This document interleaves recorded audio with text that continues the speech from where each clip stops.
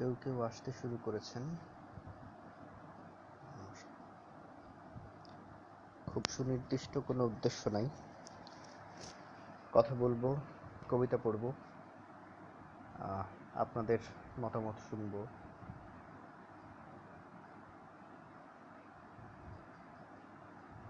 নিজের পছন্দের কবিতা পড়ব এবং যদি আপনাদের কোনো পছন্দ থাকে জানালে চেষ্টা করব সেটা করা যায় কিনা, এই আর তেমন কোনো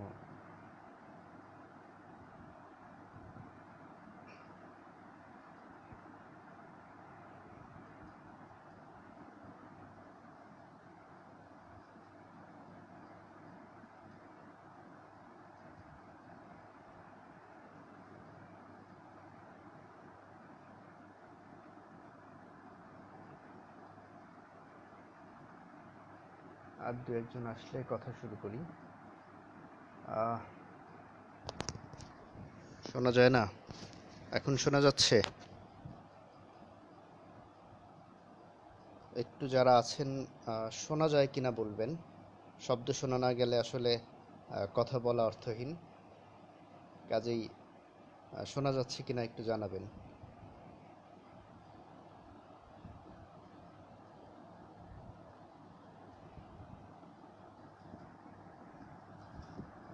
আচ্ছা, কেউ একজন বলেছিলেন মাইক্রোফোন মুখের কাছে নিতে শোনা যায় না, একটু জানাবেন শোনা যাচ্ছে কিনা এখন।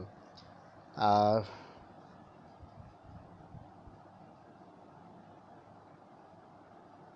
হ্যালো শোয়েব ভাই, nice to see you live.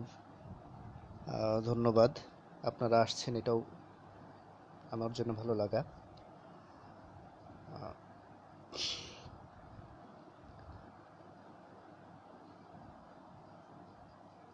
একটা অবরুদ্ধ সময় কাটাচ্ছি সবাই, ঘরের ভেতরে বন্দি। চারপাশে খুব বেশি আনন্দিত হবার বা খুশি হবার মতো খবর নাই, কিন্তু আনন্দে থাকা দরকার, আনন্দে থাকা দরকার, কারণ এই অবরুদ্ধ অবস্থার যেই প্রভাব, সেই বিষয়গুলো আমাদেরকে ধীরে ধীরে মানসিকভাবে বিধ্বস্ত করে তোলে। সেই বিধ্বস্ততা কাটানোর জন্যই আসলে আজকে আসা, কথা বলার। একেবারেই অগোছালো কথা হবে, হয়তো অগোছালোভাবে কিছু কবিতা পড়া হবে, এর বেশি তেমন কিছু না, কিন্তু বিষয়টাকে ওই নিজের ভালো লাগার জন্য এবং বিষয়টা আপনাদের কথা শোনার, আপনাদের মতামত শোনার জন্য, আপনাদের কোনো চিন্তা ভাবনা এই সময় নিয়ে থাকলে সেই সকল বিষয়ে মতামত দিতে পারেন। পারস্পরিক এক ধরনের অবস্থা, যেই অবস্থা এখন আমাদের, সেগুলি নিয়ে কথা বলা। একেবারে শুরুতে কবিতা পড়ব এবং শুরুতেই বলেছিলাম যে আমি প্রথমত আমার নিজের পছন্দের কবিতা পড়ব এবং তারপরে আপনারা পছন্দ জানালে চেষ্টা করব সেখান থেকেও কিছু করার। নিশ্চিত না, আমার কাছে বইপত্র নেই, গুগল এখন আমার একমাত্র ভরসা। গুগলের থেকে দেখে দেখে একটু একটু খুঁজে টুজে 2-4টা কবিতা পড়ি, কাজেই সব কবিতার প্রস্তুতি না থাকতে পারে এবং সব কবিতা আপনার পছন্দের কবিতা আমার না জানাও থাকতে পারে, কাজেই সব হয়তো পারবো না, তবু আপনাদের পছন্দ থাকলে জানাবেন, চেষ্টা করব। রবীন্দ্রনাথ ঠাকুরের কবিতা। মাইক্রোফোন এখন কি শোনা যায়? মাইক্রোফোন কাছে নেন, আরো ভালো শোনা যাবে। এখন শোনা যাচ্ছে? যারা আছেন কেউ একটু বলবেন যে ঠিকঠাক শোনা যাচ্ছে কিনা, তাহলে কবিতা পড়তে শুরু করতাম। আমি লাইভ বিষয় টিষয় খুব কম বুঝি। পারফেক্ট, আচ্ছা জি শোনা যাচ্ছে। আসসালামু আলাইকুম ভাইয়া। ওয়ালাইকুম আসসালাম, ঠিক আছে এখন ওকে।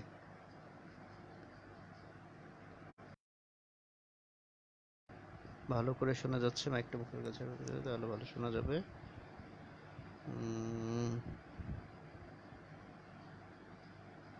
তোর বাড়ির সবাই ভালো আছে? আছে, বাড়ির সবাই মোটামুটি এই সময় পারিবারিক একটা বিষয়, সব কিছু মিলায় যতটুকু ভালো থাকা যায় আর কি, সেই ভালো রকম ভালো আছে সবাই। ওকে, কবিতা পড়ি প্রথমেই। রবীন্দ্রনাথ ঠাকুরের কবিতা বাঁশি, আমার নিজের পছন্দের কবিতা। রবি ঠাকুর থেকে শুরু করছি, এরপরে অন্যান্য কবির কবিতাও হয়তো কিছু কিছু পড়ব। কিনু গোয়ালার গলি। দোতলা বাড়ির লোহার গরাদে দেওয়া একতলা ঘর, পথের ধারেই। লোনাধরা দেওয়ালেতে মাঝে মাঝে ধসে গেছে বালি, মাঝে মাঝে শ্যাঁতা পড়া দাগ। মার্কিন ধানের মার্কা একখানা ছবি সিদ্ধিদাতা গণেশের, দরজার পরে আঁটা। আমি ছাড়া ঘরে থাকে আর একটা জীব, এক ভাড়াতেই, সেটা টিকটিকি। তফাৎ আমার সঙ্গে এই শুধু, নেই তার অন্যের অভাব। বেতন 25 টাকা, সদাগরি আপিসের কনিষ্ঠ কেরানি। খেতে পাই দত্তদের বাড়ি ছেলেকে পড়িয়ে। শিয়ালদা স্টেশনে যাই, সন্ধেটা কাটিয়ে আসি। আলো জ্বালবার দায় বাঁচে। ইঞ্জিনের ধস ধস, বাঁশির আওয়াজ, যাত্রীর ব্যস্ততা, কুলি হাঁকাহাঁকি। 10:30 বেজে যায়। তারপর ঘরে এসে নিরালা নিঝুম অন্ধকার। ধলেশ্বরী নদী তীরে পিসিদের গ্রাম। তাঁর দেওরের মেয়ে, অভাগার সাথে তার বিবাহের ছিল ঠিকঠাক। লগ্ন শুভ, নিশ্চিত প্রমাণ পাওয়া গেল। সেই লগ্নে এসেছি পালিয়ে। মেয়েটা তো রক্ষে পেলে, আমি তথৈবচ। ঘরেতে এলো না সে তো, মনে তার নিত্য আসা যাওয়া। পরনে ঢাকাই শাড়ি, কপালে সিঁদুর। বর্ষা ঘনঘোর, ট্রামের খরচা বাড়ে, মাঝে মাঝে মাইনেও কাটা যায়। গলিটার কোণে কোণে জমে ওঠে, পচে ওঠে আমের খোসা ও আঁঠি, কাঁঠালের ভুতি, মাছের কানকা, মরা বেড়ালের ছানা, ছাই পাশ, আরো কত কি যে। ছাতার অবস্থাখানা জরিমানা দেওয়া মাইনের মতো, বহু ছিদ্র তার। আপিসের সাজ, গোপীকান্ত গোসাইয়ের মনটা যেমন সর্বদাই রসসিক্ত থাকে। বাদলের কালো ছায়া স্যাঁতস্যাঁতে ঘরটাতে ঢুকে গলে পড়া জন্তুর মতন মূর্ছায় অসার।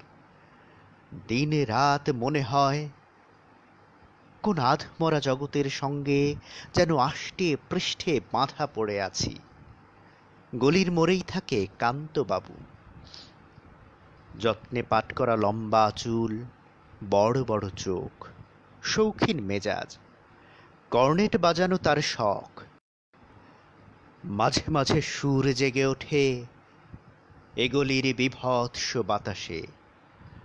কখনো গভীর রাতে, ভোরবেলা, আধো অন্ধকারে, কখনো বৈকালে ঝিকিমিকি আলোয় ছায়ায়। হঠাৎ সন্ধ্যায় সিন্ধু বাড়োয়ায় লাগে তান। সমস্ত আকাশে বাজে অনাদিকালের বিরহ বেদনা। তখনই মুহূর্তে ধরা পড়ে এ গলিটা ঘোর মিছে দুর্বিষহ প্রলাপের মতো। হঠাৎ খবর পাই মনে, আকবর বাদশার সঙ্গে হরিপদ কেরানির কোনো ভেদ নেই। মাসির করুণ ডাক বেয়ে ছেঁড়া ছাতা রাজচ্ছত্র মিলে চলে গেছে এক বৈকুণ্ঠের দিকে। এ গানে যেখানে সত্য, অনন্ত গোধূলি লগ্নে সেইখানে বহি চলে ধলেশ্বরী। তীরে তমালের ঘন ছায়া, আঙিনাতে যে আছে অপেক্ষা করে, তার পরনে ঢাকাই শাড়ি, কপালে সিঁদুর।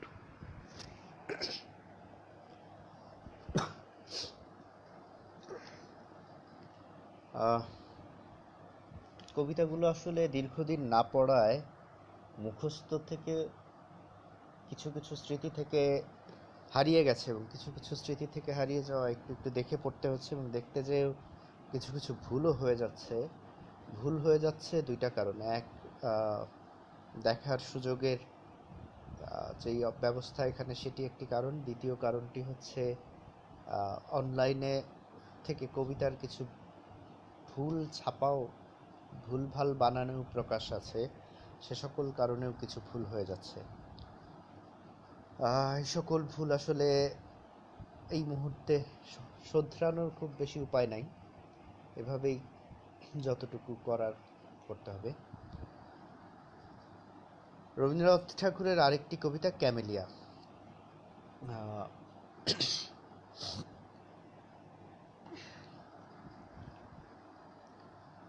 নাম তার কমলা, দেখেছি তার খাতার উপরে লেখা। সে চলেছিল ট্রামে তার ভাইকে নিয়ে কলেজের রাস্তায়। আমি ছিলাম পিছনের বেঞ্চিতে। মুখের একপাশে নিটোলে রেখাটি দেখা যায়, আর ঘাড়ের উপর কোমল চুলগুলি খোঁপার নিচে। কোলে তার ছিল বই আর খাতা। যেখানে আমার নাম্বার সেখানে নামা হলো না। এখন থেকে সময়ের হিসাব করে বেরোই। সে হিসাব আমার কাজের সঙ্গে ঠিক মেলে না, প্রায় ঠিক মেলে ওদের বেরোবার সময়ের সঙ্গে। প্রায়ই হয় দেখা। মনে মনে ভাবি, আর কোনো সম্বন্ধ না থাক, ও তো আমার সহযাত্রিনী। নির্মল বুদ্ধির চেহারা ঝকঝক করছে যেন। সুকুমার কপাল থেকে চুল ওপরে তোলা, উজ্জ্বল চোখের দৃষ্টি নিঃসংকোচ। মনে ভাবি, একটা কোনো সংকট দেখা দেয় না কেন, উদ্ধার করে জন্ম সার্থক করি। রাস্তার মধ্যে কোনো একটা উৎপাত, কোনো একজন গুন্ডার স্পর্ধা, এমন তো আজকাল ঘটেই থাকে। কিন্তু আমার ভাগ্যটা যেন ঘোলা জলের ডোবা, বড় রকম ইতিহাস ধরে না তার মধ্যে। নিরীহ দিনগুলো ব্যাঙের মতো একে খেয়ে ডাকে। না সেখানে হাঙর কুমিরের নিমন্ত্রণ, না রাজহাঁসের। একদিন ছিল ঠেলাঠেলি ভিড়। কমলার পাশে বসেছে একজন আধা ইংরেজ।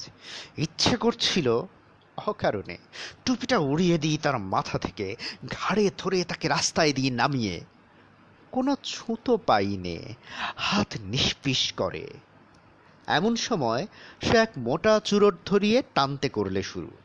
কাছে এসে বললুম, ফেলো চুরট, যেন পেলেই না শুনতে। ধোঁয়া ওড়াতে লাগলো বেশ ঘোরালো করে। মুখ থেকে টেনে ফেলে দিলেম চুরট রাস্তায়। হাতে মুঠো পাকিয়ে একবার তাকালো কটমট করে, আর কিছু বললে না। বোধ হয় আমাকে চেনে। আমার নাম আছে ফুটবল খেলায়, বেশ একটু চওড়া গোছের নাম। লাল হয়ে উঠল মেয়েটির মুখ।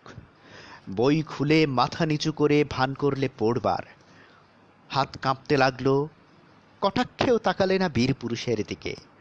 আপিসের বাবুরা বললে, বেশ করেছেন মশায়। একটু পরেই মেয়েটি নেমে পড়ল অজায়গায়।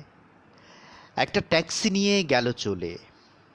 পরদিন তাকে দেখলুম না, তার পরদিনও না। তৃতীয় দিনে দেখি একটা ঠেলা গাড়িতে চলেছে কলেজে। বুঝলুম ভুল করেছি গোয়ারের মতো। ও মেয়ে নিজের দায় নিজেই পারে নিতে, আমাকে কোনো দরকারই ছিল না। আবার বললুম মনে মনে, ভাগ্যটা ঘোলা জলের ডোবা। বীরত্বের স্মৃতি মনের মধ্যে কেবলই আজ আওয়াজ করছে কোলা ব্যাঙের ঠাট্টার মতো। ঠিক করলুম ভুল শোধরাতে হবে। খবর পেয়েছি গরমের ছুটিতে ওরা যায় দার্জিলিংয়ে। সেবার আমারও হাওয়া বদলাবার জরুরি দরকার। ওদের ছোট্ট বাসা, নাম দিয়েছে মতিয়া। রাস্তা থেকে একটু নেমে এক কোণে গাছের আড়ালে, সামনে বরফের পাহাড়। শোনা গেল, আসবে না এবার। ফিরব মনে করছি এমন সময় আমার এক ভক্তের সঙ্গে দেখা। মোহনলাল, রোগা মানুষটি, লম্বা, চোখে চশমা, দুর্বল পাকযন্ত্র। দার্জিলিংয়ের হাওয়ায় একটু উৎসাহ পায়। সে বললে, তনুকা আমার বোন, কিছুতে ছাড়বে না তোমার সঙ্গে দেখা না করে। মেয়েটি ছায়ার মতো, দেহ যতটুকু না হলে নয় ততটুকু, যতটা পড়াশোনায় ঝোঁক আহারে ততটা নয়। ফুটবলের সর্দারের পরে তাই এত অদ্ভুত ভক্তি। মনে করলে আলাপ করতে এসেছি সে আমার দুর্লভ দয়া। হায় রে ভাগ্যের খেলা। যেদিন নেমে আসবো তার দুদিন আগে তনুকা বললে, একটি জিনিস দেব আপনাকে, যাতে মনে থাকবে আমাদের কথায়। একটি ফুলের গাছ। এক উৎপাত, চুপ করে রইলেম। তনুকা বললে, দামি দুর্লভ গাছ, এদেশের মাটিতে অনেক যত্নে বাঁচে। জিজ্ঞেস করলেম, নামটা কি? সে বললে, ক্যামেলিয়া। চমক লাগলো, আরেকটা নাম ঝলক দিয়ে উঠল মনের অন্ধকারে। হেসে বললেম, ক্যামেলিয়া, সহজে বুঝি এর মন মেলে না। তনুকা কি বুঝলে জানি নে, হঠাৎ লজ্জা পেলে, খুশিও হলো। চললেম টবশুদ্ধ গাছ নিয়ে। দেখা গেল পার্শ্ববর্তিনী হিসেবে সহযাত্রিনীটি সহজ নয়। একটা দোকামরা গাড়িতে টবটাকে লুকোলেম নাবার ঘরে। থাক এই ভ্রমণ বৃত্তান্ত, বাদ দেওয়া যাক আরও মাস কয়েকের তুচ্ছতা। পুজোর ছুটিতে প্রহসনের জবনিকা উঠল সাঁওতাল পরগনায়। জায়গাটা ছোট, নাম বলতে চাই নে। বায়ুবদলের বায়ুগ্রস্ত দল এ জায়গার খবর জানে না। কমলার মামা ছিলেন রেলের ইঞ্জিনিয়র, এইখানে বাসা বেঁধেছেন শাল বনের ছায়ায়, কাঠ বিড়ালিদের পাড়ায়।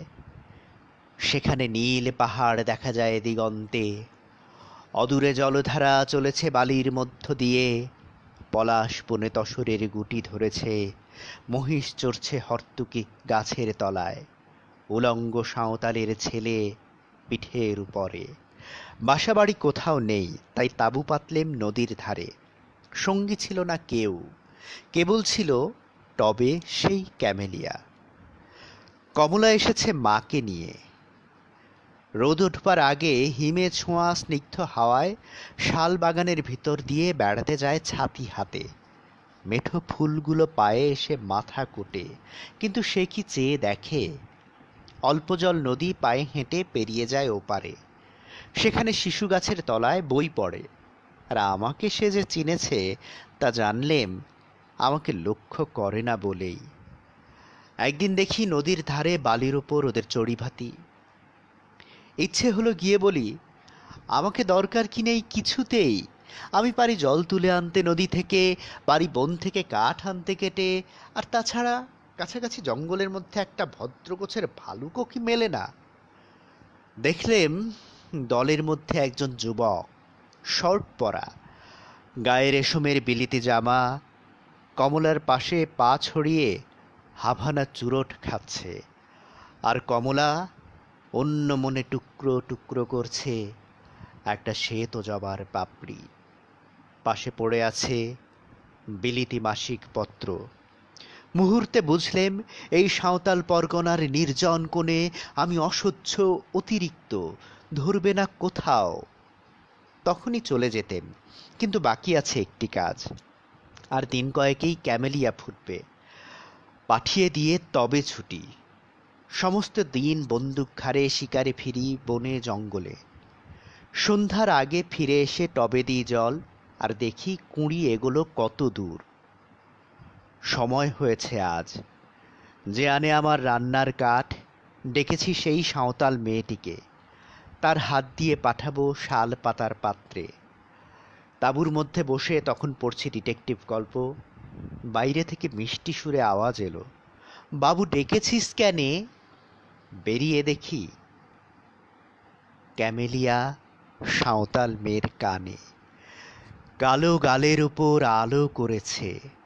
সে আবার জিজ্ঞেস করলে, ডেকেছিস কেনে? আমি বললেম, এই জন্যেই। তারপরে ফিরে এলেম কলকাতায়।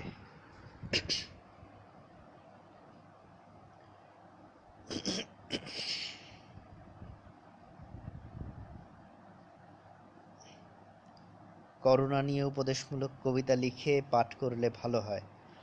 আচ্ছা, করোনা নিয়ে উপদেশ তো কঠিন।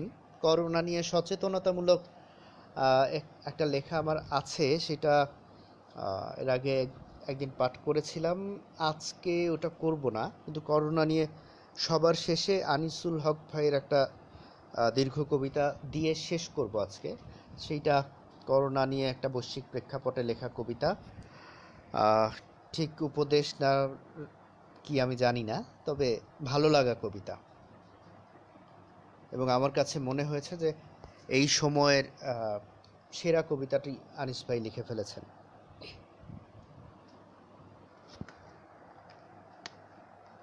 সুন্দর হচ্ছে ভাইয়া, ধন্যবাদ।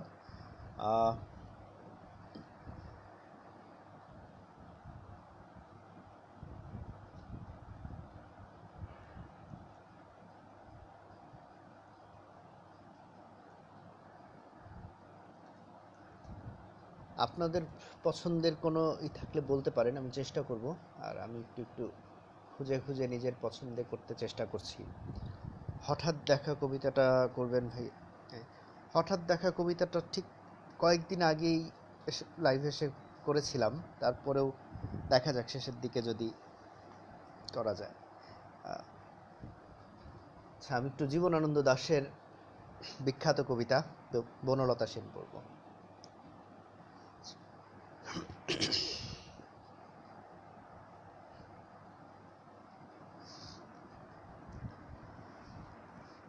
হাজার বছর ধরে আমি পথ হাঁটিতেছি পৃথিবীর পথে, সিংহল সমুদ্র থেকে নিশীথের অন্ধকারে মালয় সাগরে।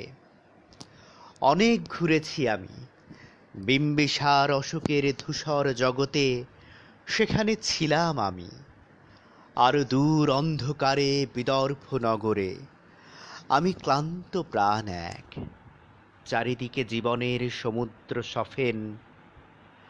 আমারে দুদণ্ড শান্তি দিয়েছিল নাটোরের বনলতা সেন।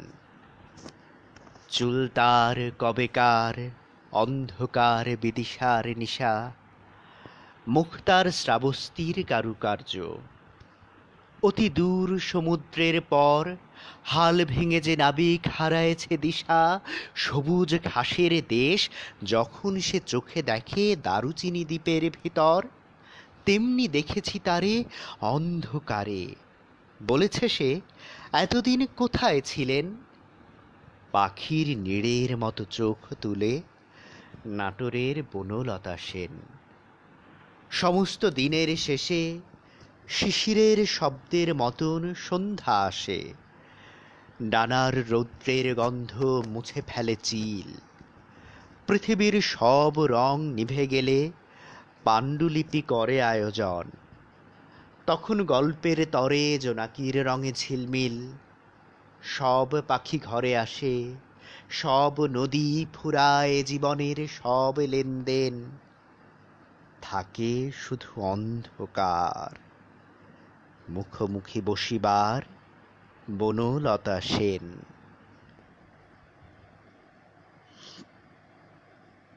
ভাইয়া কেমন আছেন? ভালো থাকার চেষ্টা করার জন্য কবিতা পড়ছি। ভালো থাকার মতো সময়টা আসলে কেউই হয়তো খুব ভালো নেই, সেই ভালো থাকার চেষ্টা করতেই কবিতা পড়ার চেষ্টা করছি। কবিতার ভেতর দিয়ে ভালো থাকার চেষ্টা বা মন ভালো রাখার চেষ্টা। আসলে এমন একটা সময় আমরা পার করছি, আমরা জানি যে এই সময়টাতে সারা পৃথিবী অসুস্থ। সারা পৃথিবীতেই বলা যেতে পারে যে পৃথিবীরই একরকম অসুখ চলছে। সেই অসুখে কবে মুক্তি পাওয়া যাবে, কবে আমরা আবার ঠিকমতো নিঃশ্বাস নিতে পারবো, কবে আমরা ঘর থেকে বের হতে পারবো, আমরা কেউ জানি না। আমরা ঘরে আটকে আছি। সেই আটকে থাকা অবস্থার ভেতরে যতটুকু ভালো থাকা যায় ততটুকু ভালো আছি, আর ভালো থাকার চেষ্টা করছি, মন ভালো রাখার চেষ্টা করছি। তাই ফেসবুক লাইভে এসে আড্ডা দেওয়ার চেষ্টা করছি, কবিতা পড়ার চেষ্টা করছি।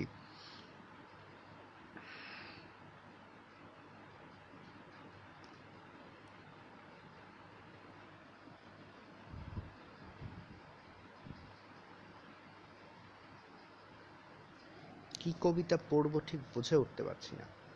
অনেক কবিতা মনেও পড়ছে না। অনেকগুলি কবিতার নাম যদি মনে পড়তো তার থেকে বাছাই করা সহজ হতো। খুব বেশি প্রস্তুতি না নিয়েই আসলে। আচ্ছা, এই কবিতাটা কি প্রেমের কবিতা নাকি প্রকৃতি নিয়ে লেখা কবিতা? সম্ভবত বনলতা সেনকে নিয়ে প্রশ্ন করেছেন। এটা নিয়ে কে কিভাবে ব্যাখ্যা করবেন আমি জানি না। আমার দৃষ্টিতে এটা প্রেমের কবিতা, কিন্তু তার ভেতরে অনেক বেশি ইতিহাস আছে, প্রকৃতি তো আছেই। আহ, ইতিহাসের অনেক উপকরণ আছে, কিন্তু আমার দৃষ্টিতে এটা একেবারেই প্রেমের কবিতা।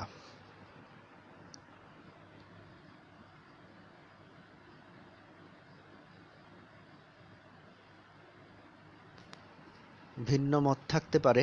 প্রকৃতি, এই বনলতা সেন কারোর কাছে প্রকৃতি মনে হতেই পারে। কাজেই আহ,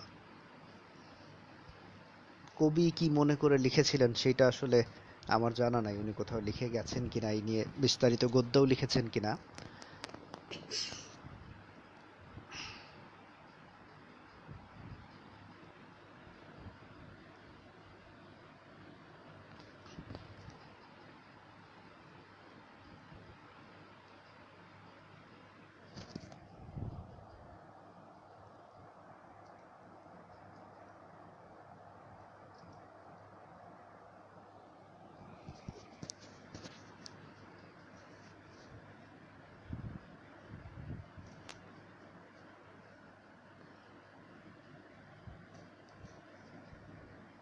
আহ,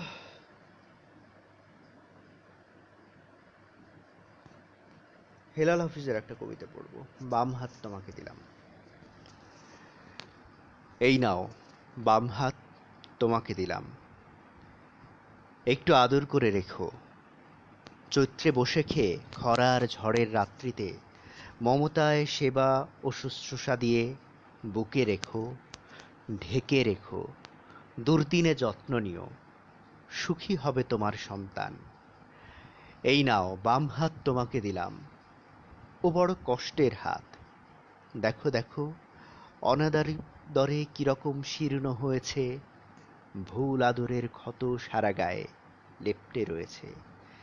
পোড়া কপালের হাত, মাটির মমতা চেয়ে, সম্পদের সুষম বন্টন চেয়ে, মানুষের ত্রাণ চেয়ে জন্মাবধি কপাল পুড়েছে। ওকে আর আহত করো না, কষ্ট দিও না, ওর সুখে সুখী হবে তোমার সন্তান। কিছুই পারিনি দিতে, এই নাও, বাম হাত তোমাকে দিলাম। হেলাল হাফিজের আর একটা কবিতা, প্রত্যাবর্তন। প্রত্যাবর্তনের পথে কিছু কিছু কস্টলি অতীত থেকে যায়। কেউ ফেরে, কেউ কেউ কখনো ফেরে না। কেউ ফিরে এসে কিছু পায়, মৌলিক প্রেমিক আর কবি হলে অধিক হারায়। তবু ফেরে, কেউ তো ফেরেই, আর জীবনের পক্ষে নাড়ায়। ভালোবাসা যাকে খায়, এইভাবে সবটুকু খায়। প্রত্যাবর্তনের পথে পিতার প্রস্থান থাকে, থাকে প্রণয়ের প্রাথমিক স্কুল। মাতার মলিন স্মৃতি ফোটায় ধ্রুপদী হুল। যুদ্ধোত্তর মানুষের মূল্যবোধ পাল্টায় তুমুল। নেতা ভুল, বাগানে নষ্ট ফুল, অকথিত কথার বকুল। বছর পাঁচেক বেশ অ্যানাটমি ক্লাস করে বুকে। প্রত্যাবর্তনের পথে ভেতরে ক্ষরণ থাকে লাল নীল প্রতিনিয়তই। থাকে প্রেস ক্লাব, গার্ডরুম, রঙিন জামার শোক। থাকে সুখী স্টেডিয়াম, উদ্গ্রীব হয়ে থাকে অভিজাত বিপণী বিতান। বাথরুম, নগরীর নিয়ন্ত্রিত আধারের বার। থাকে অসুস্থ সচ্ছলতা, দীর্ঘ রজনী, থাকে কোমল কিশোর। প্রত্যাবর্তনের পথে দুঃসময়ে এইভাবে মূলত বিদ্রোহ করে বেহালার সুর। তারপর ফেরে, তবু ফেরে, কেউ তো ফেরেই, আর জীবনের পক্ষে দাঁড়ায়। ভালোবাসা যাকে খায়, এইভাবে সবটুকু খায়।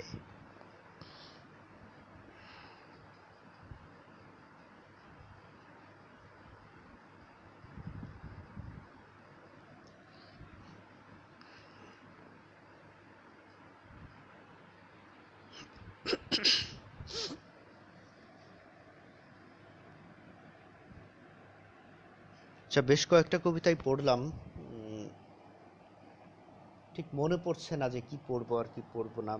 কবিতা মনে করতেই কষ্ট হচ্ছে। মাথায় কেন যেন কোনো কবিতাই আসছে না। এখান হুম,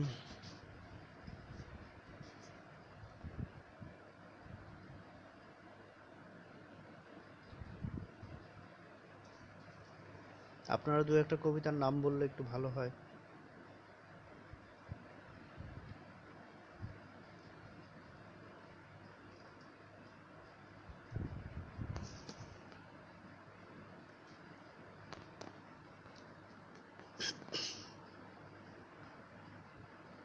রবীন্দ্রনাথ ঠাকুরের কবিতা কৃষ্ণকলি।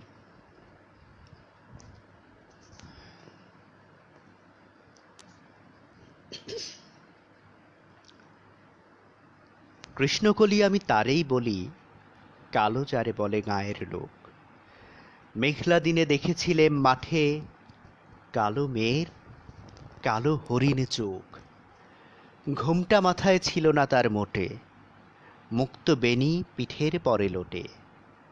কালো, তা সে যতই কালো হোক, দেখেছি তার কালো হরিণে চোখ। ঘন মেঘে আধার হলো দেখে, ডাকতেছিল শ্যামল দুটি গাই। শ্যামা মেয়ে ব্যস্ত ব্যাকুল পদে, কুটির হতে ত্রস্ত এলো তাই। আকাশ পানে হানি যুগল ভুরু, শুনলে বারেক মেঘের গুরু গুরু। কালো, তা সে যতই কালো হোক, দেখেছি তার কালো হরিণে চোখ। পূবে বাতাস এলো হঠাৎ ধেয়ে, ধানের খেতে খেলিয়ে গেল ঢেউ। আলের ধারে দাঁড়িয়েছিলেম একা, মাঠের মাঝে আর ছিল না কেউ। আমার পানে দেখলে কিনা চেয়ে, আমি জানি আর জানে সেই মেয়ে। কালো, তা সে যতই কালো হোক, দেখেছি তার কালো হরিণে চোখ। এমনি করে কাজল কালো মেঘে, জ্যৈষ্ঠ মাসে আসে শান কোণে। এমনি করে কালো কোমল ছায়া, আষাঢ় মাসে নামে তমাল বনে। এমনি করে শ্রাবণ রজনীতে, হঠাৎ খুশি ঘনিয়ে আসে চিতে। কালো, তা সে যতই কালো হোক, দেখেছি তার কালো হরিণে চোখ। কৃষ্ণকলি আমি তারেই বলি, আর যা বলে বলুক অন্য লোক। দেখেছিলে ময়নাপাড়ার মাঠে, কালো মেয়ের কালো হরিণে চোখ। মাথার পরে দেয়নি তুলে বাস, লজ্জা পাবার পায়নি অবকাশ। কালো, তা সে যতই কালো হোক, দেখেছি তার কালো হরিণে চোখ।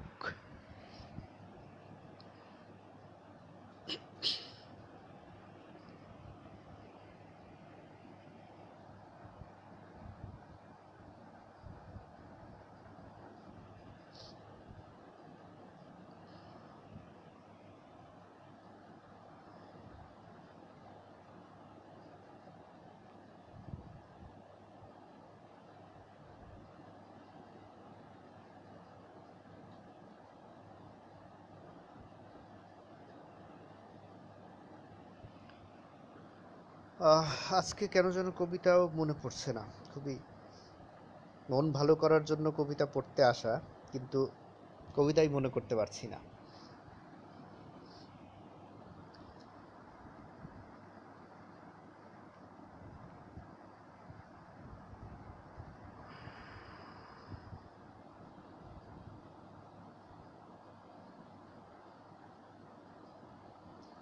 আচ্ছা, জসিমউদ্দিনের নকশি কাঁথার মাঠের ভেতরের একটি অংশ। আহ,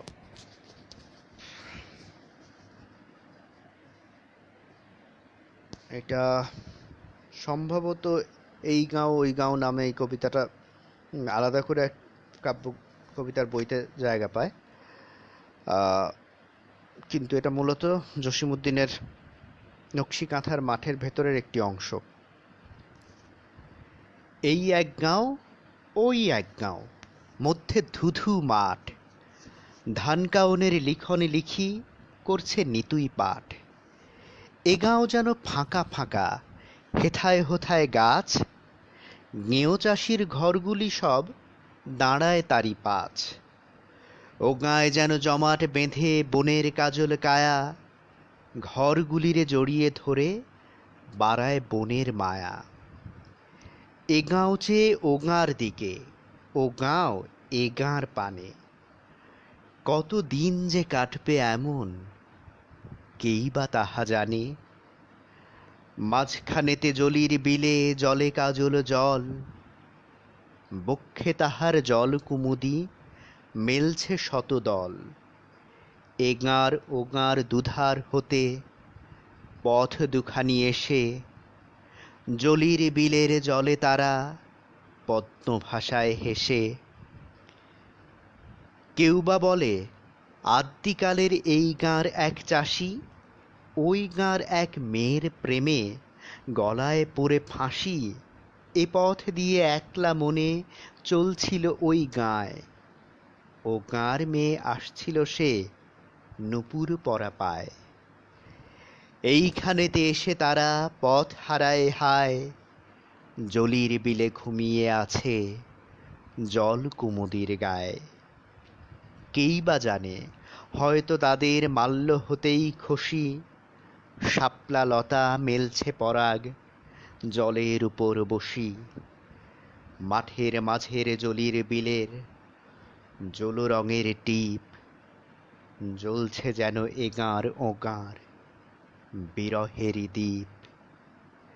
বুকে তাহার এ গাঁর ও গাঁর হরেক রঙের পাখি, মিলায় সেথা নতুন জগৎ নানান সুরে ডাকি। সন্ধ্যা হলে এ গাঁর পাখি ও গাঁর পানে ধায়, ও গাঁর পাখি এ গাঁয়ে আসে বনের কাজল ছায়।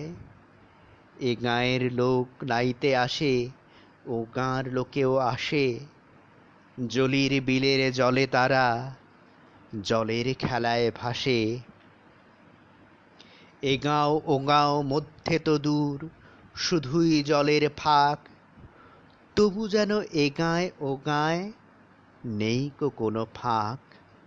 ও গাঁর বধূ ঘট ভরিতে যেই ঢেউ জলে জাগে, কখনো কখনো দোলা তাহার এ গাঁয় এসে লাগে। এ গাঁর চাষি নিঝুম রাতে বাঁশের বাঁশির সুরে, ওই না গাঁয়ের মেয়ের সাথে গহন ব্যথায় ঝুরে।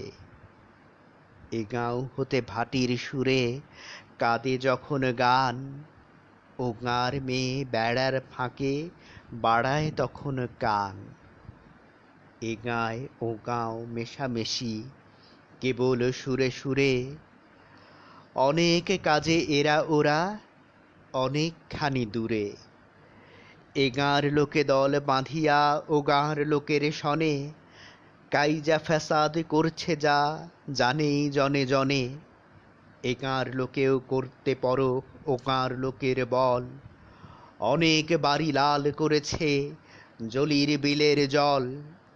তবুও ভালো এ গাঁও ও গাঁও আর যে সবুজ মাঠ, মাঝখানে তার ধুলায় দোলে দুখান দীঘল বাট।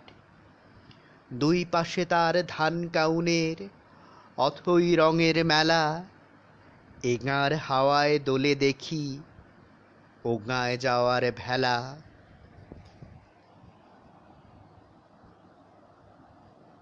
জসীমউদ্দিনের নকশি কাঁথার মাঠে রূপাই এবং সোনা, এই যে দুই চরিত্র, তাদের দুজনেরই মৃত্যু দিয়ে এক ধরনের বিরহ সেখানে আছে। আর এর ভেতরে একটা আঞ্চলিক শব্দ আছে কাইজা, এই অঞ্চলে এই শব্দ খুব বেশি ব্যবহৃত। কাইজা আমরা আমাদের ফরিদপুর অঞ্চলে কাইজা বলে, কিন্তু অন্যরা কে কি নামে বলে আমরা জানি না, কিন্তু এই ঘটনা সকল জায়গায় পরিচিত। আমরা খুব সাম্প্রতিক সময় ব্রাহ্মণবাড়িয়াতে দেখলাম মাস্ক পরে লাঠি বল্লম নিয়ে মানুষ মারামারি করছে। বিভিন্ন বিষয় নিয়ে দুই পক্ষের যেই মারামারি হয়, লাঠি নিয়ে মারামারি, এগুলো একটি আঞ্চলিক নাম কাইজা। এক সময় এখানে ফরিদপুরের এই সকল অঞ্চলে এই ধরনের কাইজার বেশ প্রচলন ছিল। এখন মানুষ আগের চেয়ে ধীরে ধীরে উন্নত হচ্ছে বলে মনে হয়, যে কারণে এগুলো কমে আসছে। করোনার সময় আমরা কাইজার খুব একেবারে পরিশীলিত পরিমার্জিত রূপ দেখলাম ব্রাহ্মণবাড়িয়ায়। মানুষ মাস্ক পরে সামাজিক দূরত্ব বজায় রাখার জন্য বড় লাঠি নিয়ে মারামারি করলো। সেই কেউ একটু দু একটা কবিতার নাম বলবেন? কবিতা মনে পড়ছে না, কবিতা পড়তে ইচ্ছা করছে আরো, কিন্তু কবিতার নাম মনে করতে পারছি না।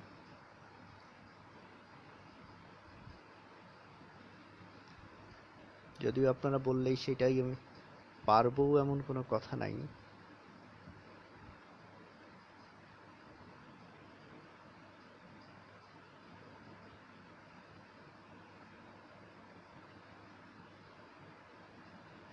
আচ্ছা, ইতিমধ্যে প্রায় 40 মিনিট মতো হয়েও গেছে, আর খুব বেশি সময় থাকবও না।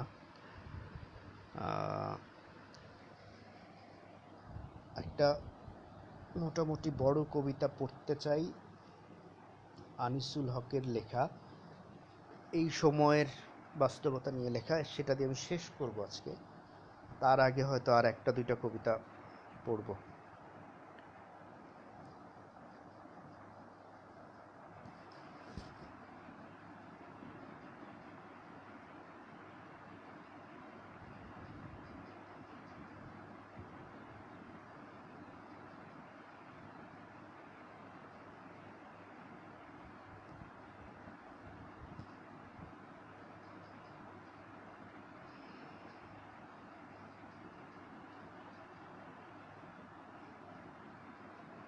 পরের জন্মে বয়স যখন 16, পরের জন্মে বয়স 16 কেউ কথা রাখেনি। আচ্ছা, ওই দুটা চেষ্টা করব। তার আগে জীবনানন্দ দাশের আরেকটি কবিতা পড়ি, এটিও পরিচিত কবিতা, আকাশলীনা। আর প্রায় সকলেরই পরিচিত কবিতা এটা। সুরঞ্জনা, ওইখানে যেও না কো তুমি, বলো না কো কথা ওই যুবকের সাথে। ফিরে এসো সুরঞ্জনা, নক্ষত্রের রূপালী আগুন ভরা রাতে। ফিরে এসো এই মাঠে ঢেউয়ে, ফিরে এসো হৃদয়ে আমার। দূর থেকে দূরে, আরো দূরে, যুবকের সাথে তুমি যেও না কো আর। কি কথা তাহার সাথে, তার সাথে? আকাশের আড়ালে আকাশে, মৃত্তিকার মতো তুমি আজ। তার প্রেম ঘাস হয়ে আসে। সুরঞ্জনা, তোমার হৃদয় আজ ঘাস। বাতাসের ওপারে বাতাস, আকাশের ওপারে আকাশ। নক্ষত্রের রূপালী আগুন ভরা রাতে আজকে আকাশে উল্কা বৃষ্টি দেখা যাওয়ার সম্ভাবনা আছে। আজকে রাত 8:30টার পর থেকে সারা রাতেই নাকি কিছু সময় পর পর উল্কা বৃষ্টি দেখা যাওয়ার সম্ভাবনা, বাংলাদেশ থেকেও নাকি দেখা যাবে। তো সেটি এই রূপালী আগুন ভরা রাত হলেও হতে পারে।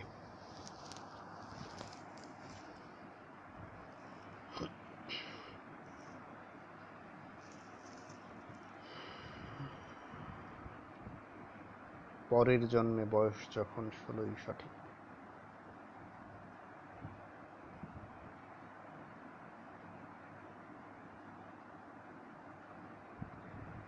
কবিতার নাম মনে থাকবে, কবির নাম আরণ্যক বসু। পরের জন্মে বয়স যখন 16ই সঠিক, আমরা তখন প্রেমে পড়ব। মনে থাকবে, বুকের মধ্যে মস্ত বড় ছাদ থাকবে, শীতল পাটি বিছিয়ে দেব। সন্ধে হলে বসবো দুজন, একটা দুটো খসবে তারা, হঠাৎ তোমার চোখের পাতায় তারার চোখের জল গড়াবে, কান্ত কবির গান গাইবে, তখন আমি চুপটি করে দু চোখ ভরে থাকবো চেয়ে। মনে থাকবে? এই জন্মের দূরত্বটা পরের জন্মে চুকিয়ে দেব।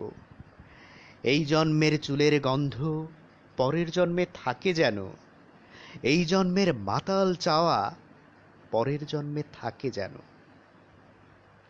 মনে থাকবে? আমি হব উড়নচণ্ডী এবং খানিক উস্কো খুস্কো। এই জন্মের পারিপাট্য সবার আগে ঘুচিয়ে দেব। তুমি কাঁদলে গভীর সুখে, এক নিমেষে সবটুকু জল শুষে নেব। মনে থাকবে? পরের জন্মে কবি হব, তোমায় নিয়ে হাজার খানেক গান বাঁধব। তোমার অমন ওষ্ঠ নিয়ে, নাকছাবি আর নুপুর নিয়ে গান বানিয়ে মেলায় মেলায় বাউল হয়ে ঘুরে বেড়াবো। মনে থাকবে? আর যা কিছু হই বা না হই, পরের জন্মে তিতাস হব, দোলমঞ্চের আবির হব, শিউলিতলার দুর্ব হব, শরৎকালের আকাশ দেখার অনন্ত নীল সকাল হব। এসব কিছু হই বা না হই, তোমার প্রথম পুরুষ হব। মনে থাকবে? পরের জন্মে তুমিও হবে নীল পাহাড়ের পাগলা ছোড়া, গায়ের পোশাক ছুঁড়ে ফেলে তৃপ্ত আমার অবগাহন। সারা শরীর ভরে তোমার হীরক চূর্ণ ভালোবাসা, তোমার জলধারা আমার অহংকারকে ছিনিয়ে নিল। আমার অনেক কথা ছিল, এ জন্মে তা যায় না বলা। বুকে অনেক শব্দ ছিল, সাজিয়ে গুছিয়ে তবুও ঠিক কাব্য করে বলা গেল না। এ জন্ম তো কেটেই গেল অসম্ভবের অসঙ্গতে। পরের জন্মে মানুষ হব, তোমার ভালোবাসা পেলে মানুষ হবই। মিলিয়ে নিও। পরের জন্মে তোমায় নিয়ে বলতে ভীষণ লজ্জা করছে, ভীষণ ভীষণ লজ্জা করছে। পরের জন্মে তোমায় নিয়ে। মনে থাকবে?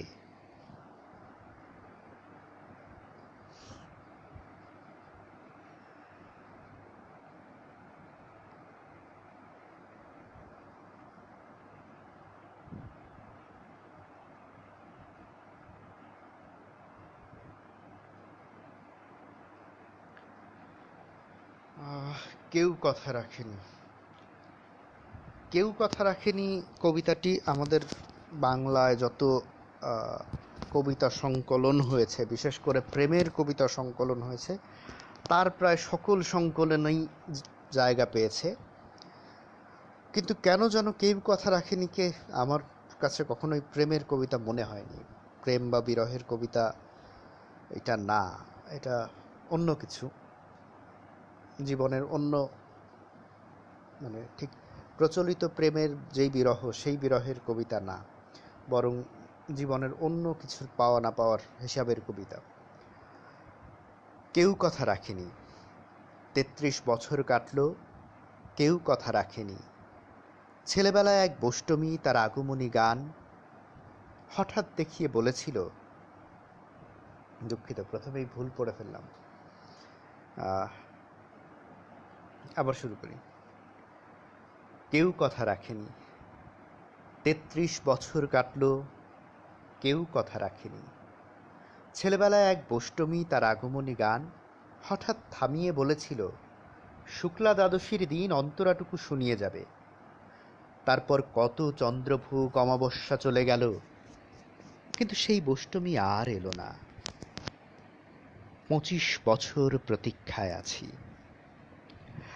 মামাবাড়ির মাঝি নাদের আলী বলেছিল, বড় হও দাদা ঠাকুর, তোমাকে আমি ৩ প্রহরের বিল দেখাতে নিয়ে যাব। সেখানে পদ্মফুলের মাথায় সাপ আর ভ্রমর খেলা করে। নাদের আলী, আমি আর কত বড় হব? আমার মাথায় ঘরের ছাদ ফুঁড়ে আকাশ স্পর্শ করলে তারপর তুমি আমায় ৩ প্রহরের বিল দেখাবে?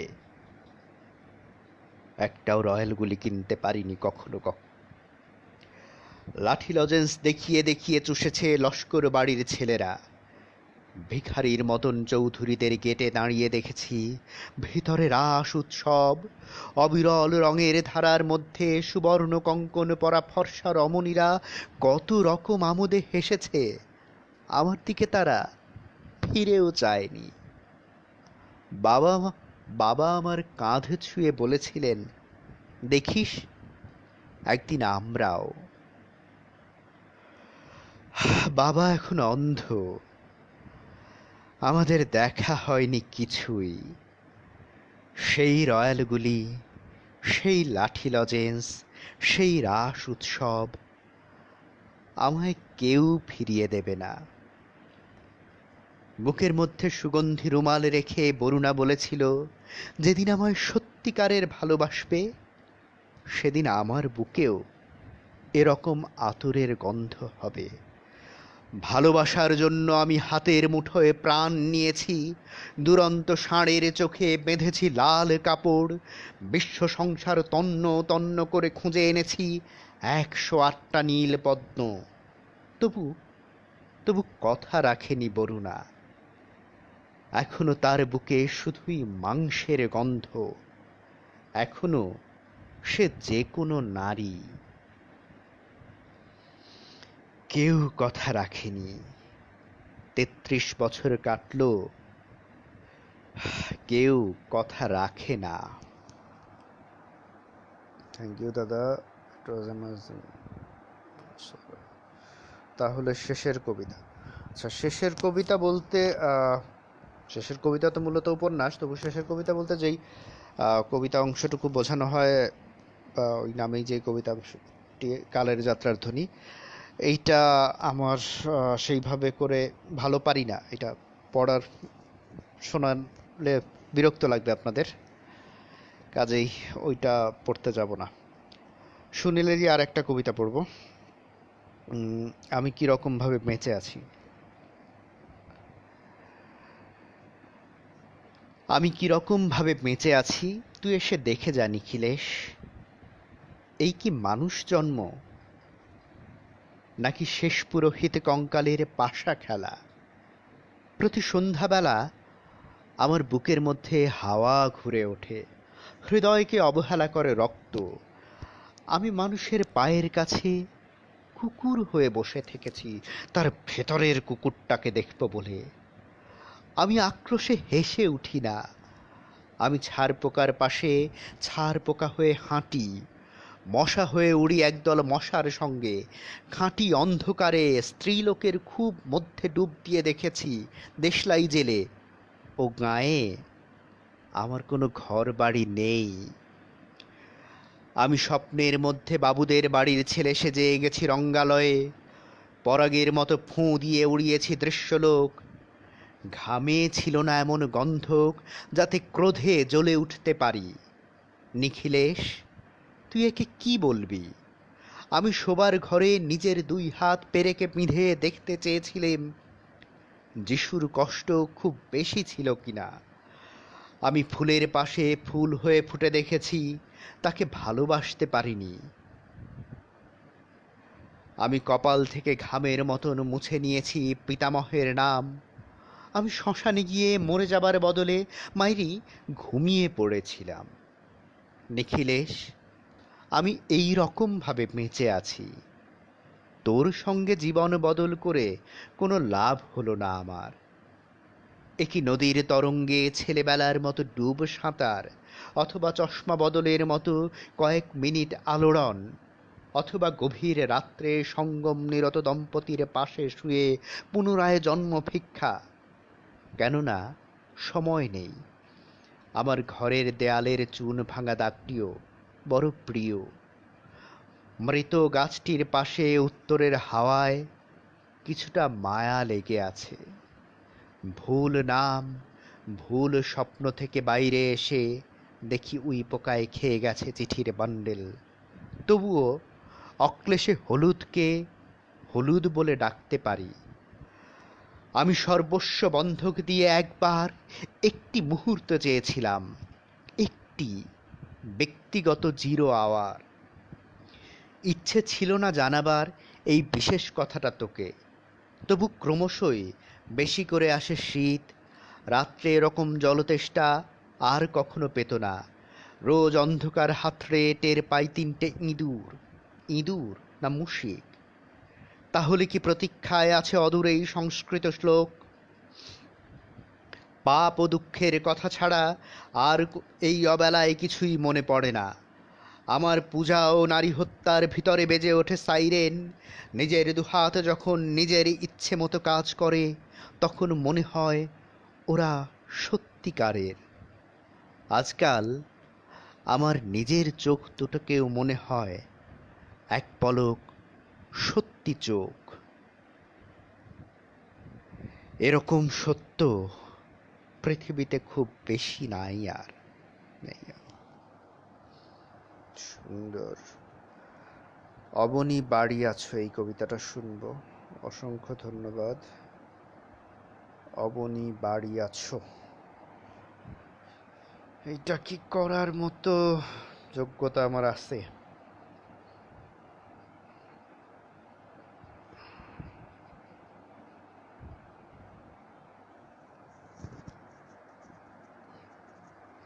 চেষ্টা করছি। অবনী বাড়ি আছো কবিতার ছোট্ট কবিতা, কিন্তু আমার কাছে বেশ কঠিন কবিতা মনে হয়, যে কারণে কতটা কেমন পারবো জানি না। অবনী বাড়ি আছো, অবনী বাড়ি আছো, দুয়ার এঁটে ঘুমিয়ে আছে পাড়া, কেবল দুঃখিত, দুয়ার এঁটে ঘুমিয়ে আছে পাড়া, কেবল শুনি রাতের কড়া নাড়া। অবনী বাড়ি আছো, বৃষ্টি পড়ে এখানে 12 মাস, এখানে মেঘ গাভীর মতো চরে, পরাণ মুখ সবুজ নালি ঘাস দুয়ার চেপে ধরে। অবনী বাড়ি আছো, আধেক লীন হৃদয়ে দূরগামী, ব্যথার মাঝে ঘুমিয়ে পড়ি আমি, সহসা শুনি রাতের কড়া নাড়া। অবনী বাড়ি আছো।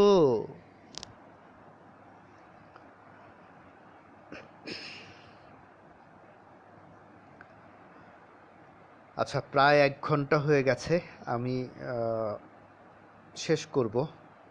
অনেকক্ষণ অনেকক্ষণ ধরেই পড়ছি, অনেকেরই খুব বেশি ভালো লাগছে না জানি।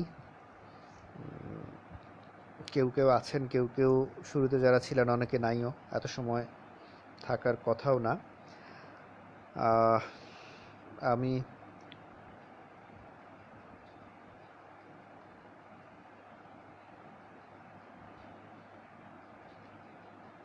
আনিসুল হক ভাইয়ের কবিতা পড়ব একটা, এটা দিয়ে শেষ করব আজকে।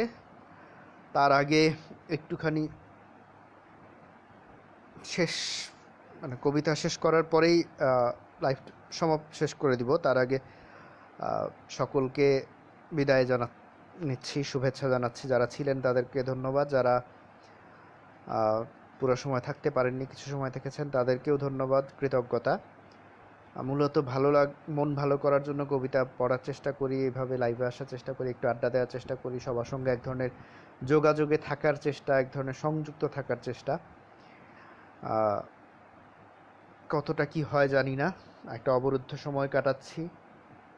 সেই সময়ে নিজের জায়গা থেকে সাধ্যমতো প্রত্যেকেই নানা রকম কাজ করছেন জানি। আমার জায়গা থেকে আমি যেহেতু শিশুদের নিয়ে কাজ করি, একটু একটু শিশুদের নিয়েও ভাবতে চেষ্টা করি। সেই জায়গা থেকে পাললিক পাঠশালা থেকে শিশুদেরকে নিয়ে ছোট ছোট কয়েকটা আয়োজন করেছি। ইতোমধ্যে একটা আবৃত্তি উৎসবে অনলাইনে কবিতা নিয়ে আবৃত্তি উৎসব করার একটা পর্ব শেষ হয়েছে। এরপরে ছবি আঁকার মাধ্যমে শিশুরাই শিশুদেরকে সচেতন করবে, এরকম চিন্তা থেকে শিশুদের করোনা বিষয়ক সচেতনতামূলক ছবি আঁকার একটা আয়োজন হয়েছে। তারপরে আমরা দেখছিলাম যে যেই সময়টা চলছে, শিশুদের স্কুল বন্ধ, বন্ধুদের সাথে যোগাযোগ বন্ধ, কেউ কারোর সাথে খেলার মাঠে যেতে পারছে না, ফলে বাসার শিশুরাই সম্ভবত সবচেয়ে খারাপ সময় আছে। বড়রা তাও বাইরে কি হচ্ছে, কেন ঘরে আছি, এই বাস্তবতাটা বুঝতে পারছি। শিশুরা হয়তো এই বাস্তবতাটা সেভাবে বুঝতেও পারছে না। এক ধরনের ভয় তৈরি হচ্ছে ওদের বড়দের কাছ থেকে শুনে টুনে, এক ধরনের অনুমান করছে। সেই জায়গায় ওরাই সম্ভবত সবচেয়ে খারাপ সময় পার করছে। এরকম চিন্তা থেকে আমরা প্রথমে পাঠশালার যে শিক্ষার্থীরা তাদেরকে নিয়েই অনলাইনে একটি সেশন শুরু করলাম, অনলাইনে আমাদের নিয়মিত ক্লাসগুলো নেওয়া শুরু করলাম। এবং এরপরে আমাদের কাছে মনে হয়েছে যে অনলাইনে এই ক্লাসটি শুধু এই কয়জন বাচ্চার ভেতরে সীমাবদ্ধ না রেখে এটি আরও অন্যদের অংশগ্রহণ করার সুযোগ দেওয়া যেতে পারে। তার থেকে আমরা পাললিক পাঠশালার অনলাইন সেশনে অন্য সাধারণ যারা পাঠশালার শিক্ষার্থী না, তারাও যে কেউ অংশ নিতে পারবে এরকম একটি ব্যবস্থা রেখেছি। পাঠশালার পেজে গেলে এই বিষয়ে আপনারা দেখতে পারবেন। কাজেই আপনাদের শিশুদের জন্য একটি ভালো সময় যেন ওরা কাটাতে পারে সেই বিষয়ে সকলেই সচেতন থাকবেন। কারণ শিশুদের জন্য যদি এই সময়টা মানসিক চাপ পড়ে, অতিরিক্ত মানসিক চাপে বড় রকম ক্ষতি হয়ে যেতে পারে। সেই মানসিক চাপ যাতে না পড়ে তার জন্য ওদেরকে গান, কবিতা, ছবি আঁকা, আবৃত্তি, অভিনয় এইসব কিছুর ভেতরে এক ধরনের আনন্দের পরিবেশ দেওয়ার চেষ্টা বাড়ির সকলে মিলে করবেন। বই পড়ার অভ্যাস করাবেন। অনেক বেশি ডিভাইস নির্ভরশীলতা যেন আবার না হয়ে যায় সেদিকে সচেতন থাকবেন। আমরা খুব সহজভাবেই ডিভাইস দিয়ে শিশুদেরকে নিজেরা ঝামেলা মুক্ত হওয়ার চেষ্টা করি, সেইটি না করার জন্য চেষ্টা করবেন। কথা শেষ করি, একটি দীর্ঘ কবিতা পড়ব, বেশ কয়েক মিনিট লাগবে কবিতাটি পড়তে। করোনাকালীন সময়ে লেখা, আমার কাছে মনে হয়েছে এই বিষয়ে আন্তর্জাতিক প্রেক্ষাপটে লেখা।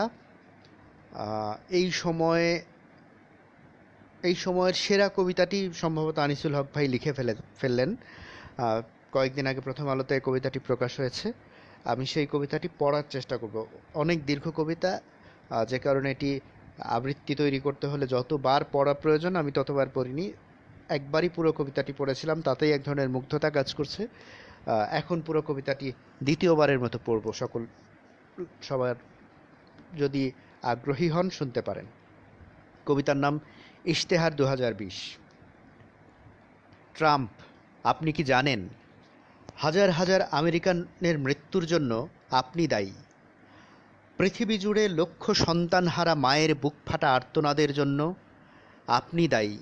পুতিন, আপনি কি জানেন একটা সামান্য ক্ষুদ্রাতি ক্ষুদ্র জিনিস, না প্রাণী, না উদ্ভিদ, না জড়, তার সামনে মানুষের অসহায় আত্মসমর্পণের জন্য আপনি দায়ী। জাতিসংঘের মহাসচিব আন্তোনিও গুতেরেস, আপনি কি জানেন আপনার মহা ব্যর্থতাই দায়ী দেশে দেশে ছড়িয়ে পড়া এই মারণ ভাইরাসের জন্য? বিশ্বব্যাংকের প্রেসিডেন্ট ডেভিড, আপনি কি জানেন মানুষের এই অশ্রু আর্তনাদ আতঙ্কের জন্য আপনি দায়ী? নিউ ইয়র্কের চিড়িয়াখানায় যে বাঘটি করোনা ভাইরাস বহন করছে, আপনারা সেই ভাইরাস বয়ে নিয়ে গিয়েছেন তার কাছে। হ্যাঁ, আপনারা। কিম, আপনি কি জানেন? মুন, আপনি কি জানেন? লি, আপনি কি জানেন? আবে, আপনি কি জানেন? বরিস, আপনি কি জানেন আপনারা প্রত্যেকে মানুষের চোখে এনেছেন অশ্রু, মনে এনেছেন ভয়, আত্মায় এনেছেন অসুখ। এখন মা তার সন্তানকে বুকে নিতে পারছে না, এখন সন্তান তার বৃদ্ধ বাবাকে স্পর্শ করতে পারছে না, এখন প্রেমিক প্রেমিকারা ভুলে যাচ্ছে চুম্বন, এখন কবরস্থানে জমি পাওয়া যাচ্ছে না, এখন হিমঘরে লাশ রাখার জায়গা নেই, পৃথিবীতে এত অক্সিজেন কিন্তু বুকে টেনে নেবার জন্য ভেন্টিলেটর নেই। কারণ আপনারা গড়েছেন এই নিষ্ঠুর পৃথিবী। আমেরিকার পরমাণু বোমা সজ্জিত সাবমেরিন বহরের 2021 সালের বাজেট $128 বিলিয়ন, 12,800 কোটি ডলার, 10,88,000 কোটি টাকা শুধু সাবমেরিনের জন্য। এখন ভেন্টিলেটর কেনার টাকা নেই, পিপিই কেনার টাকা নেই নিউ ইয়র্ক হাসপাতালে। ডাস্টবিনের ব্যাগ গায়ে জড়িয়ে কাজ করছেন স্বাস্থ্যকর্মীরা। মোদি, আপনার পরমাণু বোমার 1 বছরের বাজেট দিয়ে আপনি ভারতের প্রতিটি মানুষকে দিতে পারতেন পানীয় জল। এক ফোঁটা পানির জন্য মরুভূমিতে মগজ গলা রোদের ভেতরে তপ্ত বালির উপর দিয়ে 6 মাইল হেঁটে যেতে হতো না কোনো রাজস্থানী নারীকে। আপনার পরমাণু বোমার 1 বছরের খরচ দিয়ে প্রতিটি বাড়িতে বানিয়ে দিতে পারতেন শৌচাগার। আপনার দেশের 60 কোটি মানুষ রোজ সকালে প্রকৃতির ডাকে সাড়া দিয়ে যাচ্ছে খোলা আকাশের নিচে। কিসের গর্ব আপনার, ইমরান খান? আপনার পরমাণু বোমার 1 বছরের খরচ দিয়ে আপনি বানাতে পারতেন 1 লক্ষ প্রাইমারি স্কুল। প্রতি বছর বানাতে পারতেন 10,000 হাসপাতাল। আপনাদের বিশ্বায়ন এখন করোনা ভাইরাস পৌঁছে দিয়েছে আমাজনের অধিবাসী কিশোরীর ফুসফুসে। আপনাদের বিশ্বায়ন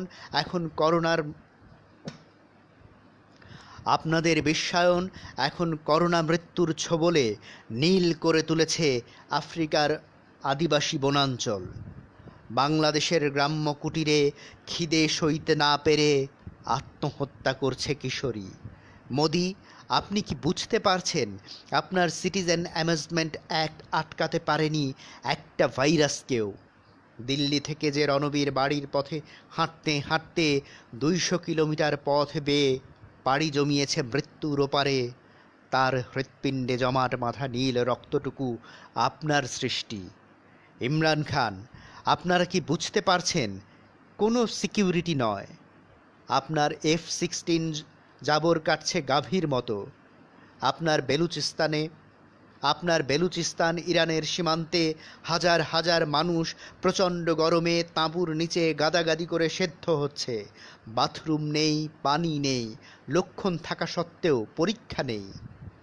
তারা নিজেরা সংক্রমিত হচ্ছে আর সংক্রমণ ছড়াচ্ছে পুরো পাকিস্তানে। No facility, no humanity. Trump, Modi, আপনারা কি বুঝতে পারছেন সীমান্তে দেয়াল কিংবা কাঁটাতারের বেড়া তুলে নিজেদের নিরাপদ রাখা যায় না? আপনারা কি বুঝতে পারছেন পরমাণু বোমা সজ্জিত মিসাইল আপনাদের নিরাপত্তা দেবে না? জানি মানুষ পরাজিত হবে না, জানি মানুষ অনেক মৃত্যুর দামে কিনে নেবে জীবন। আবার জন্মাবে মানুষ, আবার মানুষ মানুষের কাছে আসবে, আবার মানুষ মানুষকে বুকে টেনে নেবে। একদিন আবিষ্কৃত হবে ভ্যাকসিন, একদিন পৃথিবী থেকে নির্মূল হবে শেষতম করোনা ভাইরাসটিও। কিন্তু থেকে যাবে একটি ভাইরাস, তার নাম লোভ। থেকে যাবে জাতিগর্ব, থেকে যাবে বর্ণবাদ, থেকে যাবে শ্রেণীভেদ, থেকে যাবে সাম্প্রদায়িক বিদ্বেষ, থেকে যাবে উগ্রবাদ। IMF বস ক্রিস্টিয়ানা, আপনি কি জানেন মানবতার এই অবমাননার জন্য আপনি দায়ী? জেফ বেজোস, আপনি কি জানেন যে 6 মাসের শিশু করোনা ভাইরাস বুকে নিয়ে মারা গেছে? তা ছড়িয়েছেন আপনি। আম্বানি, আপনি কি বুঝতে পারছেন টাকা কোনো নিরাপত্তা নয়? যখন 20 ভাগ মানুষের কাছে পৃথিবীর 80 ভাগ সম্পদ, তখন করোনা ভাইরাস আসবেই। যখন 2 ভাগ মানুষের কাছে বন্দি 98 ভাগ মানুষের স্বাধীনতা, তখন করোনা ভাইরাস আসবেই। কিন্তু 1 বছর পরেই আপনারা ভুলে যাবেন সব। আপনাদের দোষ দিয়ে লাভ নেই। আপনারা শুধু দায়ী তাই নয়, আমরাও দায়ী। মানবতার এই অবমাননায় আর্ত মানুষের এই করুণ কান্নার জন্য আমরাই তো ভুলে যাব সব। আমরা আবারও আপনাকে ট্রাম্প বানাবো, আমরা আবারও আপনাকে পুতিন বানাবো, আর তারা বানাবে আপনাকে বিশ্বব্যাংকের প্রেসিডেন্ট। তারা নিয়োগ করবে বিশ্বব্যাংকের তরুণ নির্বাহী, যারা আমাজনের জঙ্গলে পাঠাবে টয়লেট রোল, আফ্রিকার মানুষদের বলবে হ্যান্ড স্যানিটাইজার ব্যবহার করতে। আবারও ধোঁয়া ছড়াবে চিমনিগুলো, আবারও কালো হয়ে পড়বে আকাশ, বর্জ্যে বিষে ছেয়ে যাবে এই নীল গ্রহের অ্যাটমসফিয়ার। সমুদ্র পানি উঁচু হবে, ডুবে যাবে বাংলাদেশ, মালদ্বীপ, নেদারল্যান্ডস। আবারও ট্রাম্প দাঁত খিলান করতে করতে বলবেন সব কিছু নিয়ন্ত্রণে আছে, corona is a hacks. Climate change একটা ধাপ্পাবাজি, কাঁটাতারে ঝুলবে ফেলানি। মেক্সিকান বর্ডারে মারা যাবে রিভেরা, পূর্ব ইউরোপের বর্ডারে হিমশীতল কাভার্ড ভ্যানে মরে পড়ে থাকবে ৩০ জন দেশহীন মানুষ। আয়লান মরে পড়ে থাকবে সমুদ্রের বালুকা বেলায়, লাল জামা পরা পুতুলের মতো। তার জামায় লেগে থাকবে ৩টি সমুদ্র ঝিনুক, হাতের মুঠোয় বাঁচার আকুতি, পকেটে শুকনো লবণ। ছোট্ট শিশু ওমরান হতবাক হয়ে দেখবে তার মাথার ওপরে ভেঙে পড়ছে বাড়িঘর, তার ঠোঁটে লেগে আছে রক্ত। নুসরাত পুড়ে যাবে, বলে যাবে, আমি সারা পৃথিবীটাকে বলে যাব, আমার আত্মা ভরা ভাইরাস, আমাদের আত্মা ভরা ভাইরাস। আর আপনারা হলেন সেই ভাইরাসের প্রধান পৃষ্ঠপোষক। ট্রাম্প, পুতিন, লি, মোদি, ইমরান, বরিস, আবে। কিন্তু সেই ভাইরাস আজ চিনছে না ধনী গরিব, মানছে না মিসাইল, অ্যাটম বোমা, সিএএ, কাঁটাতার, সীমানা প্রাচীর। কারণ অ্যাটম বোমা কোনো নিরাপত্তা নয়। মারণাস্ত্র দিয়ে এই নীল গ্রহটিকে ৬ বার ধ্বংস করা যায়, কিন্তু একটা শিশুকেও বাঁচানো যায় না। কারণ মিসাইল কোনো সিকিউরিটি নয়। কারণ বৈষম্য আর অসাম্যের চেয়ে বড় কোনো ভাইরাস নেই। শোষণ আর লোভের চেয়ে বড় কোনো মহামারী নেই। জাতিগর্ব আর সাম্প্রদায়িকতার চেয়ে বড় কোনো দুর্যোগ নেই। যুদ্ধ আর হিংসার চেয়ে বড় কোনো ভাইরাস নেই। আমাদের আত্মার ভাইরাস নির্মূলের জন্য ভ্যাকসিন চাই। এই পৃথিবীকে শুশ্রূষা দেবার জন্য ভেন্টিলেটর চাই। এমন ভেন্টিলেটর চাই যা দিয়ে গড়ে তোলা হবে শুদ্ধ পৃথিবী, যেখানে কয়েকজন মানুষ ঠিক করে দেবে না ৭৮০ কোটি মানুষ কিভাবে মারা যাবে, যেখানে ৭৮০ কোটি মানুষ রচনা করবে তাদের নিজস্ব ও সম্মিলিত বাঁচার ইশতেহার। প্রতিটি প্রাণী, উদ্ভিদ, বন, পাহাড়, আকাশ, নদী, সাগর নিয়ে সবাই মিলে যে বাঁচা, সেই বাঁচার মতো বাঁচার সবুজ ইশতেহার। দীর্ঘ কবিতা পড়তে যে অনেক ভুলভাল হয়ে গেছে, যেহেতু কবিতাটি মুখস্থও না, অনেকবার পড়াও না, সে কারণে দীর্ঘ কবিতা ভেতরে ভুল হয়ে গেছে, সেগুলো ক্ষমা প্রার্থী। এই কবিতাটি আশা করি মুখস্থ করে আবৃত্তি করা যাকে বলে তেমনভাবে করার চেষ্টা করব। অনেক সময় হয়ে গেছে, আজকের মতো বিদায় নেব। সকলকে শুভেচ্ছা। ভালো থাকবেন, ঘরে থাকবেন যতক্ষণ সম্ভব। সামাজিক দূরত্ব শব্দটা ঠিক আমার পছন্দ না। শারীরিক দূরত্বে থাকবেন, সামাজিকভাবে বরং বন্ধনে থাকবেন, মানবিকভাবে মানুষের কাছে থাকবেন। আমরা যেন সামাজিক বন্ধনে থাকতে পারি, মানবিকভাবে কাছে থাকতে পারি, মানবিকভাবে মানুষের পাশে থাকতে পারি এবং শারীরিকভাবে এই সময়ের প্রয়োজনে শারীরিক দূরত্ব বজায় রাখি। সংক্রমণ রোধে যা কিছু করণীয়, যা কিছু নির্দেশনা, স্বাস্থ্যবিধি, সেগুলো মেনে চলি। কিন্তু সামাজিক দূরত্ব বলে যেই শব্দ, সেই শব্দ হয়তো ঠিক আছে কি না আমি জানি না, কিন্তু ব্যক্তিগতভাবে সামাজিক দূরত্ব শব্দ আমার পছন্দ না। সামাজিকভাবে আমরা কাছে থাকতে চেষ্টা করি, শারীরিকভাবে দূরত্ব বজায় রেখে মানবিকভাবে আমরা সকলের পাশে থাকি। করোনা নামক ভয়, আতঙ্ক, দুর্যোগ, রোগ, ভাইরাস যাই বলি না কেন, পৃথিবী থেকে খুব দ্রুত বিদায় নেক। আমরা আবার বুক ভরে শ্বাস নেই আমাদের সন্তানেরা পাক মুগ্ধ আলো। সকলকে শুভেচ্ছা। আজকের মতো বিদায়।